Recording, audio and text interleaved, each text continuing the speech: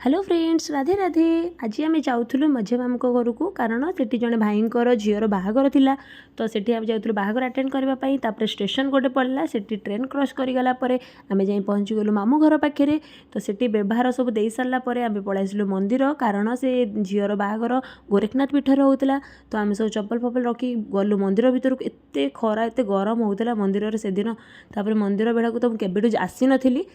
आसिक गोड़ भी धोईदेलु भलसे गोड़ धोई सारापर आसिलु मंदिर पाखक देखला बेलू मंदिर में पहड़ पड़ी तापर आस आम टे बाहर बुलिलु ये जो कहना कि जो बंधाई तो एगुड़ाक सब माने मानसिक करके बांधती तो तापर आम झील पाक पलि आसिलु तापर पुणी मंदिर पहड़ खोलला गलु समस्ते बुलवाई तापर चारिपटे टे बुलिलु भलसे ता भितर बर भी पलि आसला आम टे एंजॉय कलु डांस कलु तापर पलि आसिलु बर को देखापी बर भीतर को आसला आम से पहुँची गला बर आसिक तार पूजा कर्म चलला तो आम से खाई भोजी घर को पलि आसिलु। Bye bye love you all.